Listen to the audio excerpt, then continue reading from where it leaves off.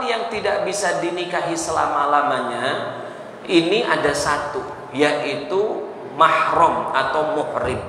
Ya, semua perempuan yang masuk dalam kemahroman seorang laki-laki, maka dia tidak boleh dinikahi. Kalau dinikahi, nikahnya tidak sah. Ya, nikahnya tidak sah. Nah, jadi kita perlu tahu siapa saja tentang mahram ini. Mahram di dalam Islam definisinya adalah semua perempuan yang tidak boleh dinikahi selama-lamanya. Jadi yang namanya mahram atau muhrim ini dua kata yang kalau dalam bahasa Arab maknanya beda. Kalau mahram itu perempuan yang tidak boleh dinikahi, kalau muhrim itu orang yang berihram, itu dalam bahasa Arab. Tapi kalau dalam bahasa Indonesia, menurut Kamus Besar Bahasa Indonesia, mahram maupun muhrim itu maknanya sama, ya, penggunaannya sama, ya. Jadi saya kembali ulangi, yang dimaksud dengan mahram atau muhrim adalah perempuan-perempuan yang tidak boleh dinikahi oleh seorang laki-laki selama-lamanya, ya. Tapi kalau dia boleh dinikahi dalam satu kondisi tapi tidak boleh dalam kondisi lain, tidak selama-lamanya, maka itu bukan muhrim, bukan mahram. Contohnya, contoh kecil, saudara ipar. Nah ini ya, ipar itu bukan mahram, ya, karena ipar itu meskipun tidak boleh dinikahi tetapi tidak selamanya. Dia tidak boleh dinikahi kalau saudara perempuannya masih menjadi istri kita.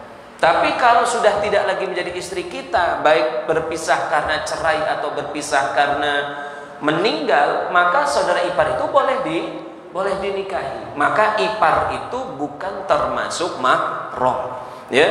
Nah, kalau kita sudah tahu mana yang mahram, maka ada beberapa konsekuensi hukum. Mahram itu memiliki setidaknya dua hukum yang berkaitan dengannya. Yang pertama kaitannya dengan keharaman menikah. Seorang tidak boleh menikahi mahramnya, ya. Yang kedua, dalam hukum mahram juga ada kaitannya dengan batasan aurat yang boleh dilihat dan yang tidak boleh dilihat. Ya, untuk mahram bagi seorang laki-laki tidak boleh melihat dari mahramnya itu antara pusar sampai dengan lutut. Antara pusar sampai dengan lutut. Itulah batasan aurat untuk mahram kita. Jadi selain batasan itu secara hukum bukan aurat dan boleh dilihat. Tapi dengan catatan tidak boleh menimbulkan syahwat.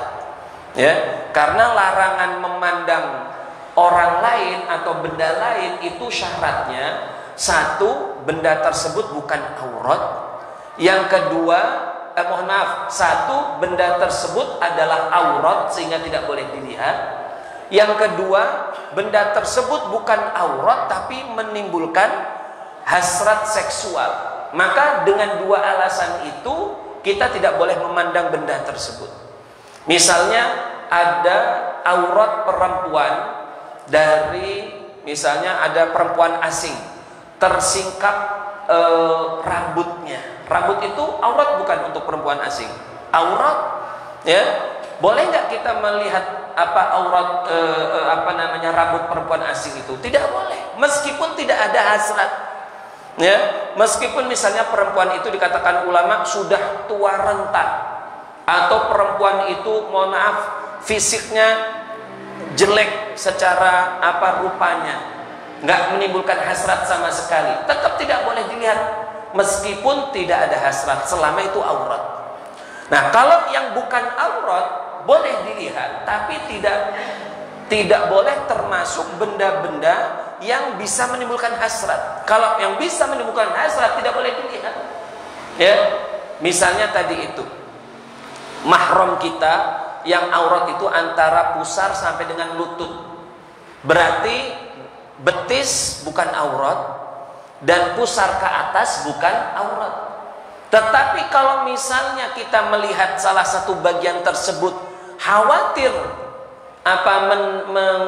mengeluarkan hasrat, maka nggak boleh dilihat, nggak boleh dilihat begitu. Dan semuanya seperti itu ya, misalnya gambar-gambar pornografi nggak boleh dilihat ya, karena itu berpotensi menimbulkan atau mengeluarkan hasrat kita ya. Patung yang erotik ya nggak boleh dilihat ya. Bahkan pernah saya sampaikan, kalau ada orang ngelihat tiang listrik nyahwat, nggak boleh ngelihat tiang listrik ya. Ini perlu diperiksakan ya memang ya, tapi ya begitu. Kalau dia nyahwat ngelihat tiang listrik, nggak boleh lihat tiang listrik, karena ada sisi syahwatnya tersebut ya, melihat ada sisi syahwat.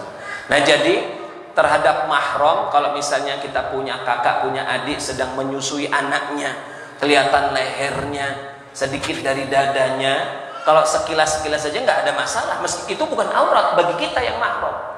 Tetapi ya nggak boleh terus-menerus, karena bisa menimbulkan syahwat. Tetap harus ditutup ya, sebagusnya